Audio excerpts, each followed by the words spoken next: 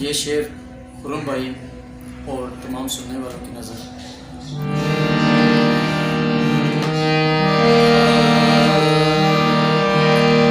वक्त की कैद में जिंदगी है मगर चंद घड़ियां यही है जो आजाद है।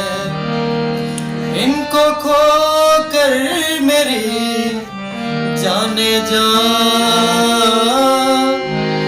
उम्र भर ना तरसते रहो। आज जाने की जिद ना करो, आज जाने की जिद ना करो। यूं ही पहलों में बैठे रहो, यूं ही पहलों में